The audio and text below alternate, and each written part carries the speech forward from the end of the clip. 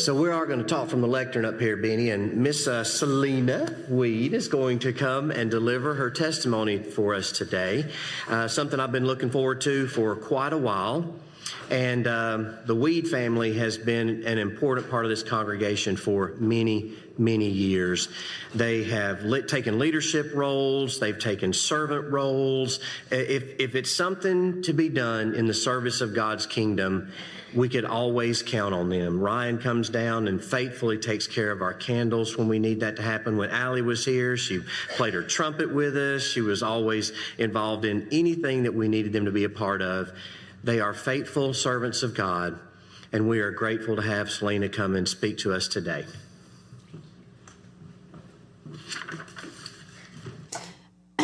Thank you, guys. I appreciate you letting me come up here today. The last piece of advice my son gave me before I left the house is, Mom, please don't cry. I'll try my best, but I can't guarantee that. So, yeah, he's happy. You can tell, look at him. So thank you guys for letting me be here today. And just like David said, I am not leading a sermon. This is just my story that I thought I'd share.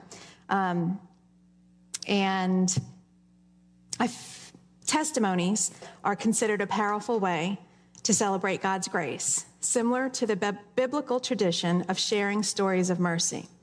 And since we as a church are in a time of transition as we wait for our new pastor, I figured it was as good a time as any to go ahead and share my history and personal testimony about becoming a Christian and how we came to Pleasant Grove Church. So my background, life experiences, and religious experiences are probably very different than many of you sitting here today. With a show of hands, how many of you were born and raised in this part of the country? That's Tennessee, Georgia, Alabama, okay? With a show of hands, how many of you were born into a Christian home? Okay. See, I had neither of those experiences growing up, so I'm going to start at the beginning. My mother, Loretta Natalie Shaw, is Catholic and was raised by her Polish Jewish mother and her Italian Catholic father in Brooklyn, New York. I'll say that again. So my mother, raised by her Polish Jewish mother and Italian Catholic father. She's second generation American on her mother's side because her mom moved to the United States from Poland when she was a child. And on her father's side, he was born in Brooklyn, New York, but his parents migrated from Italy. My father, Daimali Shaw, was Muslim, born and raised in Trinidad and Tobago. And it's a Caribbean island off the coast of Venezuela. He was the first in his family to come to the United States, and he moved here when he was 26 years old in 1969. Over the years, more of his family migrated to the United States. So my childhood was filled with family from both sides of my family. My dad was an auto body mechanic, and my mother was a waitress. They had me several years after being together.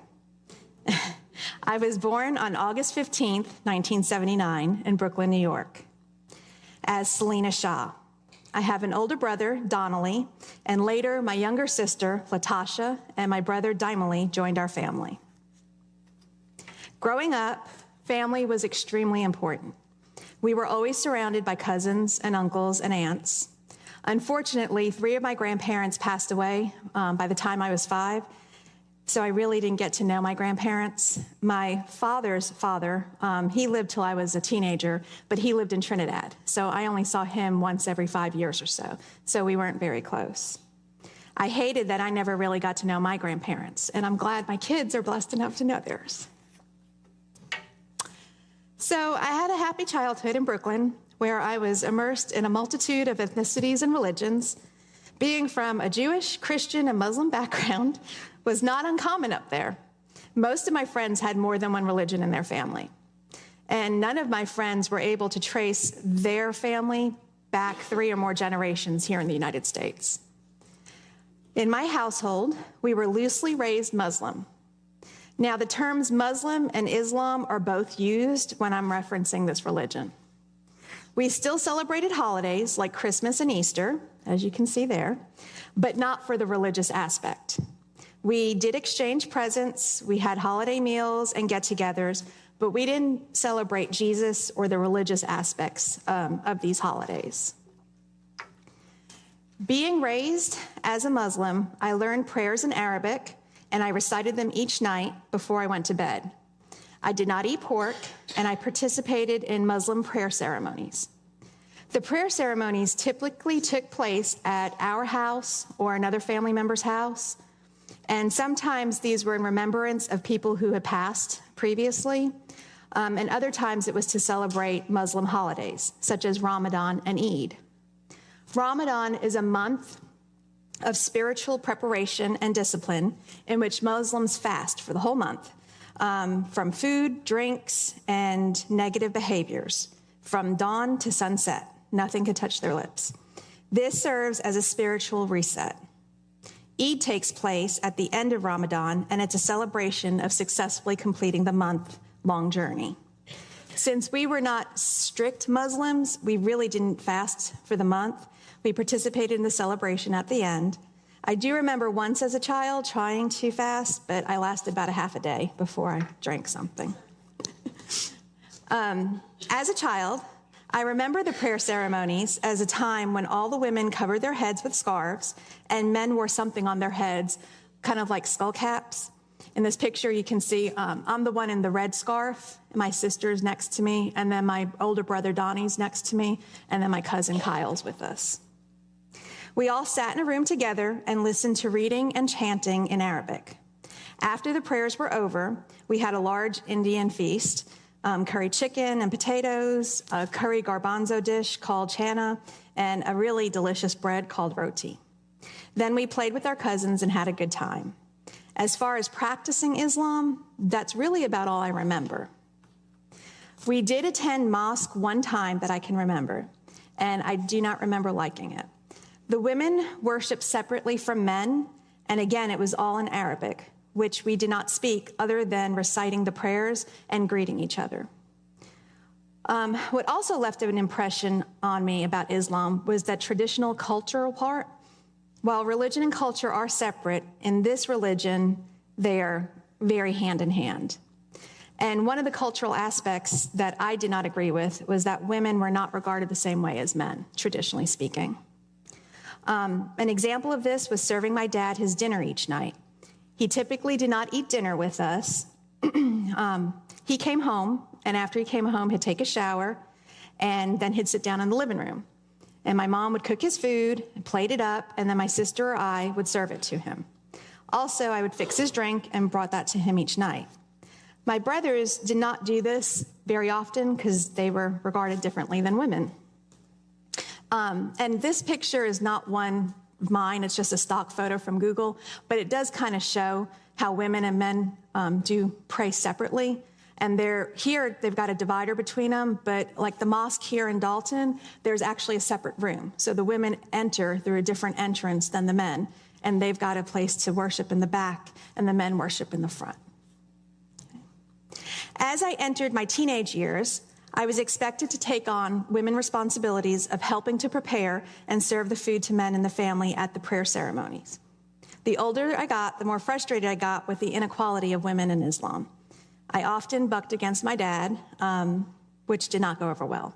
My mom did kind of take that womanly role in the Muslim religion where he was the man, she was the woman kind of thing. At some point during high school, I realized I did not want to be Muslim because I didn't agree with many parts of it. Now, please understand, I am not saying the Muslim religion is bad. It just wasn't what I believed. I have several family members who are still devout Muslims and wonderful people. And as Jesus has exemplified by loving all people, I still love them very much, even though we have different religious beliefs. After I graduated from high school, my family moved to Biloxi, Mississippi. So from Brooklyn, New York to Biloxi, Mississippi. Talk about a huge culture shock. While living there, I became friends with a girl named Rachel, and her father was a pastor at a Southern Baptist church, Pastor Bill. So I attended some Sunday school sessions with her and Sunday church every now and then. I enjoyed Sunday school and the conversations we had. I didn't enjoy the sermons quite as much, and eventually I quit attending. For the next 3 years, while I continued college, I really did not practice any particular religion or attend any church services. During that time, I met my wonderful husband, Al. Now, some of you know him as Stephen, but I call him Al. That's what his family calls him, so I'm going to refer to him as Al. We went to college together at Old Miss, and after college, we moved back to Biloxi and were married on March 16th, 2002. Al grew up in a Southern Baptist church, but he did not attend much at the time that we were together. Because I was not Christian, we had a justice of the peace perform our ceremony. After we were married, we decided we wanted to start attending church. So we visited several different churches in Biloxi. We visited a few Baptist churches, an Episcopal church, and a Presbyterian church. We did not feel comfortable enough at any of them to continue attending. Then we moved to Chattanooga, Tennessee in 2003. And our main reason for moving is we wanted to live somewhere else. Particularly for me, I did not like the humidity that was 10 months out of the year in Biloxi. And we still wanted to be close enough to family, and so we chose Chattanooga. We attended a Methodist church for the first time. It was Christ United Methodist on Brainerd Road. For the first time during the sermon, I felt a connection. Both of us enjoyed the sermons from their pastor at the time, Pastor Mark, and I felt like I belonged. We continued to attend on and off throughout the years, and it was a very large church. They had at least 3 services on Sunday, and their attendance was about 1,000 each Sunday. We kind of liked being able to just blend in with a large congregation and sit in the balcony. The sermons that Pastor Mark shared resonated with me. I think what I like most about the Methodist denomination is I don't get the feeling from the congregation that we're better than others because we're Christian, which I did get in some of the churches we went to. And I feel that the Methodists are more welcoming to those who are not Methodist, such as when we have communion, it's always stated whether you've been saved or not, you're welcome to come down and serve if that's what you feel in your heart. The sermons focus on how we're all sinners, and the messages focus on how we can better ourselves so that God's light can shine. While I felt comfortable and connected with the messages of these sermons, for a long time, I had a lot of difficulty with understanding the Holy Trinity. In Islam, we're all sons and daughters of God. Jesus was regarded as a prophet, but not the Son of God. So that's how I was raised as a child. Muslims believe there is one and only one God, but that they speak to him directly in prayer. Muhammad was regarded as a high prophet and the messenger of God. So the idea of Jesus being the Son of God and the idea of the Holy Spirit were extremely foreign to me. Honestly, it took me quite some time to understand that Jesus is the Son of God. After my father passed away, my mother and I attended Grief Share. It's a program that's Christian-based for people who have lost loved ones to help them as they grieve. And during a session, I shared with the group that I didn't understand how I could sin or be a bad person, but just because I say I believed Jesus died on the cross for me and my sins, I can all of a sudden go to heaven. The leader of the group said, and this is what has stayed with me, I understand how that can be difficult to comprehend. We are used to earning everything we have. With our salvation, it's not earned. It's freely given by Jesus. All you have to do is believe and accept him. That was very impactful to me. It freed me and helped me to understand. Also, to be completely transparent, I'm still developing an understanding of the Holy Spirit. After having both Ryan and Allie and spending more time at Christ United Methodist Church, I decided I was ready to convert to Christianity and accept Jesus into my life. So Allie, Ryan, and I were baptized in 2014 in a private ceremony. It's a large church. We didn't want to do it in front of everybody. It wasn't a big to-do. We didn't have, several of our family members with us. During that time, I cried and cried and cried. Many of you may not know this, but I can cry extremely easily.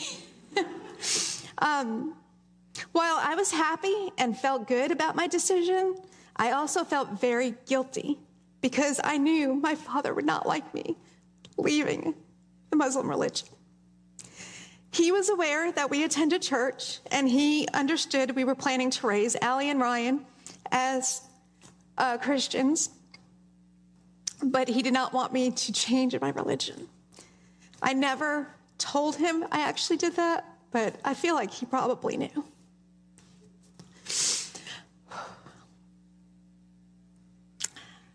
During those years, Al and I continued to attend Christ Church, but the distance started to become an issue for us. We wanted to be more involved in the church, and we really wanted Allie and Ryan to be involved in the children's programs, but living in Dalton and church being in Chattanooga was tough.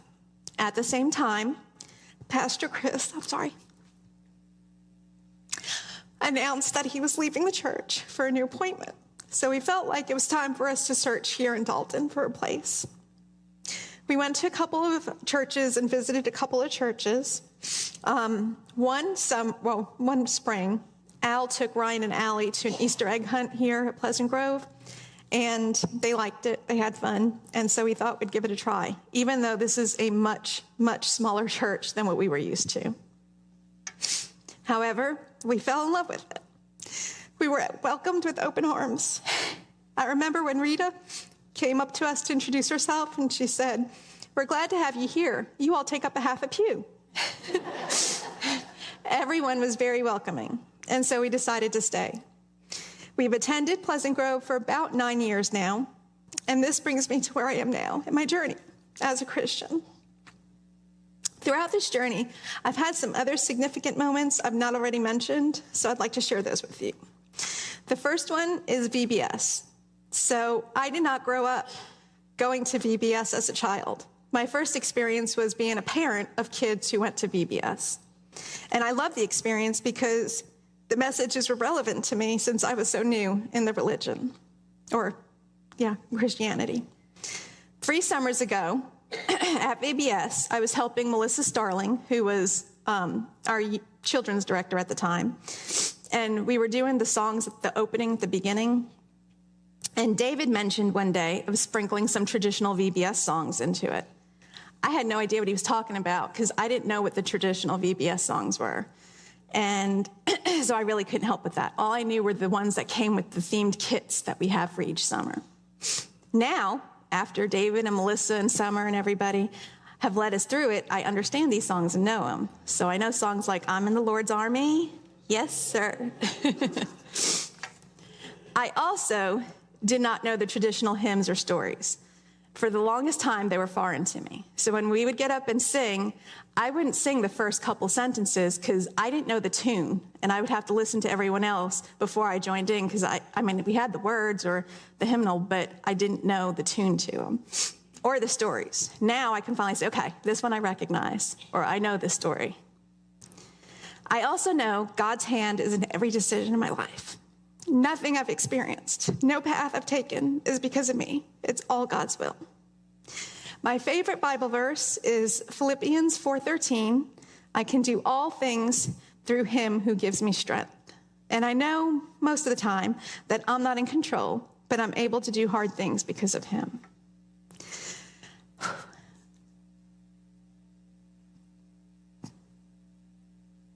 Sorry. This one's a big one for me. The last significant moment I'd like to share with you took place during my dad's last few weeks on earth.